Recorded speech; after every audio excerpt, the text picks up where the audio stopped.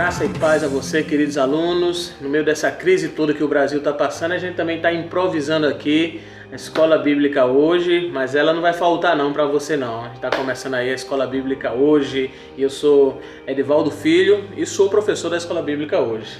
Sou Bruno César, também sou professor da Escola Bíblica Hoje e apesar do improviso aí com equipamento, nós queremos compartilhar a palavra de Deus. Verdade. Brasil passando por toda essa situação, Bruno, e aí?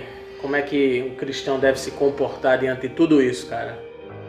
Rapaz, é difícil, né? É difícil. Estamos passando um momento bem complicado na nossa nação.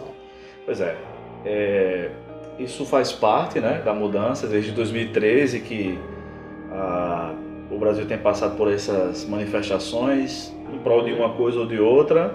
Isso. Mas são manifestações legítimas, né? São, claro. É fruto de um governo muito corrupto.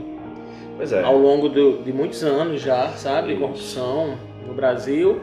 E tem um texto bíblico lá de Provérbios, capítulo 29, versículo 4, que diz que quando o governo é justo, tá tudo bem. Vou parafrasear aqui. Mas quando o governo cobra impostos demais, então a nação entra em desgraça. É verdade, é verdade. Isso aconteceu no tempo do rei Salomão. Sim. Quando ele morreu, né, Roboão I, filho dele, disse para o povo que o seu dedo mínimo seria mais grosso que o pescoço do seu pai. Cobraria mais impostos e aí o país dividiu entre Reino do Sul e Reino do Norte, ficou sendo chamado de Israel e Judá. Geralmente tem naqueles mapas no final da Bíblia. Mas vamos pensar, você é aluno da Escola Bíblica Hoje, como nós temos que nos comportar diante dessa situação. Temos acompanhado, visto muitas opiniões. Tem gente que está se queimando aí com as opiniões, tem muita coisa divergente que envolve essas ideologias políticas também. Mas é sempre importante nos voltarmos para a Palavra de Deus, para a Bíblia, e aprender com ela como nós temos que nos comportar. Claro, com a Bíblia e usando o bom senso também para isso, não é verdade, Bruno? Então, como a gente deve começar a se comportar diante dessas manifestações em termos de opinião? Qual é a nossa postura, cara? Olha, eu acredito que, em primeiro lugar, o cristão precisa aprender a ser grato a Deus pelo que tem. Amém. Tá? Então, apesar de estarmos num país com muita turbulência, ainda estamos conseguindo nos alimentar, nos locomover de alguma maneira ainda, né? Um pouco combustível, mas ainda estamos. Então, precisamos aprender a agradecer a Deus pelo que nós temos, em primeiro lugar. Verdade. Outra coisa que coloco... Desculpa aí. Não, outra coisa aí que é presente é estarmos sempre em oração pela nação. Sim. Ontem, quer dizer, esses dias nos cultos a gente tem apresentado a nação, essa situação toda, colocado diante de Deus, porque nós sabemos que Deus continua no trono. E Ele é o Deus que intervém nas situações porque Ele é soberano. E nosso dever é orar pela nossa nação, orar pelos nossos governantes, para que, e aí você vai me permitir uma palavra, para que Deus dê vergonha na cara a eles, para que possam cobrar os impostos de forma justa, para que o povo possa viver da melhor maneira possível. Interessante essa sua palavra, porque hoje mesmo eu estava vendo alguém dizendo o seguinte, que a Constituição Federal de 88, a que está vigente, deveria ser revogada para 2 artigos só. Primeiro artigo, todo brasileiro tem que ter vergonha na cara. Segundo artigo, todos os outros artigos estão revogados. Já seria suficiente. Já seria melhor do que a que está em vigência. É verdade. Bem, eu vejo também, filho, que o cristão, como pagador de impostos, um cidadão civil, também tem o direito de opinar politicamente. É verdade. Mesmo que discorde, né, concordando ou discordando, tem o direito de se posicionar. O protesto é legítimo. E outra coisa, cara, eu tenho visto o seguinte, o pessoal fala que o brasileiro é um povo despreparado para qualquer coisa, o próprio brasileiro fala isso, acredita nisso. Não é isso que eu tenho visto. Com 3 mensagens do WhatsApp, né, tô brincando, é claro, mas os caras pararam tudo.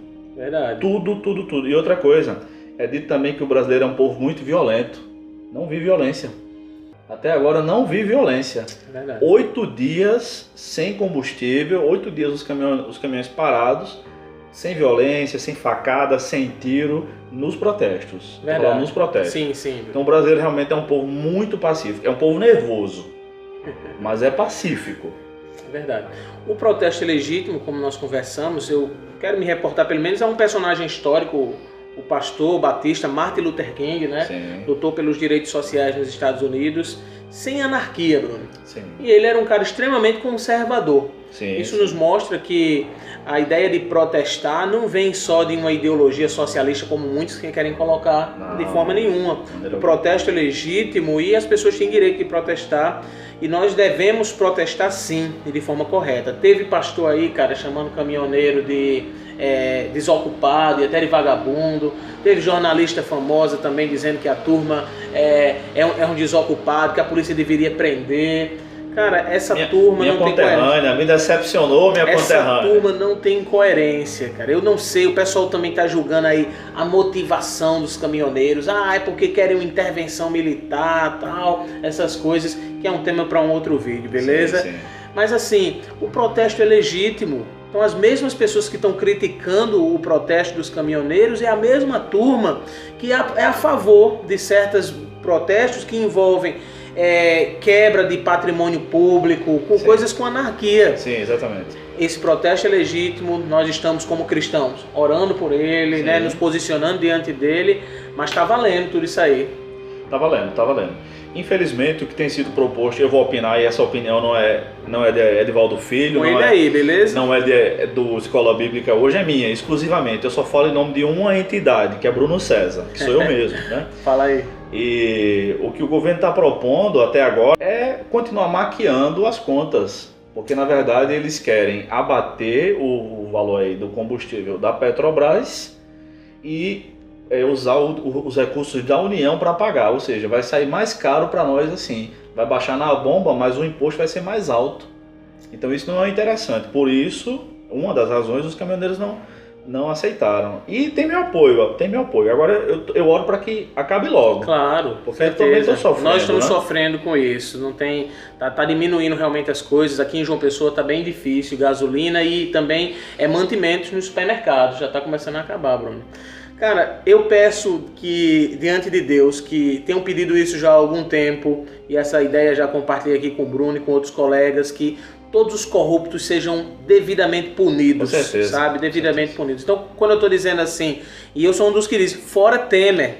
O fora Temer não significa volta Dilma, nem Lula seja solto. O fora Temer é que esses corruptos todos continuem sendo presos, continuem pagando, porque nós somos um país riquíssimo e que poderíamos ser um país muito desenvolvido, Bruno, se não fosse toda essa corrupção que a gente está passando. Como cristão, como pastor, sabe, eu peço a Deus que Deus tenha misericórdia dessa nação, que Ele estenda a sua mão para intervir e que nós tenhamos governantes que realmente se importem com o povo. Sobre o protesto, repito mais uma vez, legítimo e tenho o nosso apoio, pelo menos tem o nosso apoio aqui para que possa continuar, acabar, é claro, o mais rápido possível, mas eu penso que esse é o caminho para que a gente possa ter um país mais justo. Com certeza. Olha, a palavra de Deus nos diz em Jeremias 29:7, né, é uma palavra ao povo que estava exilado na Babilônia, dizendo que o povo deveria buscar a prosperidade da nação para a qual o Senhor os tinha enviado, que era a nação da Babilônia. Então, se o povo de Deus deveria buscar a prosperidade, até mesmo da Babilônia, que não era a terra deles, imagina a prosperidade da sua própria nação. Então, nós, claro, devemos buscar a prosperidade da nossa pátria. E eu espero que o Brasil volte a prosperar realmente. E outra coisa, filho, historicamente falando, o cristianismo tem ajudado a melhorar o mundo onde ele está, né? Sem dúvidas. Tem alguns exemplos, como a luta de gladiadores, que foi extinta por causa da pressão que os cristãos fizeram, aquela luta que só acabava quando um morria, né? No século IV, no Império Romano, quando o cristianismo se tornou maioria, eles conseguiram isso aí. Pouco depois, aliás, alguns séculos depois, uma cerimônia cujo nome eu não lembro, na Índia, se você lembrar, me ajude aí. Se você lembrar, escreva aí. Não lembro. Aquela cerimônia onde a viúva era enterrada junto com o falecido marido. Então os cristãos foi que protestaram e disseram, não, isso não é justo, né? Os cristãos, os missionários também nas tribos indígenas, em que quando nascem gêmeos, os índios querem... Ou crianças com defeito físico. Exatamente. Geralmente eles praticam o assassinato, né? Daquela criança, e quando são gêmeos escolhem uma das crianças para matar. Os missionários têm intervido, tá? E também, além desse protesto de Martin Luther King Jr., tem também William Wilberforce, o cristão inglês, que foi o principal responsável pela abolição da escravatura de negros na Inglaterra, o que desencadeou a luta pela abolição da escravatura no mundo todo. Ele era crente, foi na Inglaterra, né? Tem até o filme sobre ele aí. Então, os cristãos devem participar disso sim, tá? Devem orar, sobretudo, orar, mas também nós temos o direito legítimo de protestar. Amém. Tá bem? Tá certo. Mais alguma coisa? Não, bora encerrar vamos lá, vamos lá. Tá certo? Pois é, esse foi mais um vídeo do canal Escola Bíblica Hoje. Nós temos pedido a Deus que possa te abençoar, que possa ter te ajudado essa conversa, esse diálogo aberto aqui sobre a atual situação do Brasil, tá bom? Compartilha esse vídeo, compartilha nas redes sociais, curte a nossa página no Facebook, no Instagram, ativa as notificações aí do YouTube, tá bom? Faz com que abençoe o maior número de pessoas possível e vamos orar pela nossa nação. Amém. Porque nós não moramos perto, né, Bruno, eu e Samuel? É verdade. E daqui a pouco a gente está com dificuldade de se encontrar porque a gente não tem como se locomover por causa dessa situação no Brasil. Mas Deus continua sendo Deus que intervém, Bruno. Amém, amém. Deus abençoe.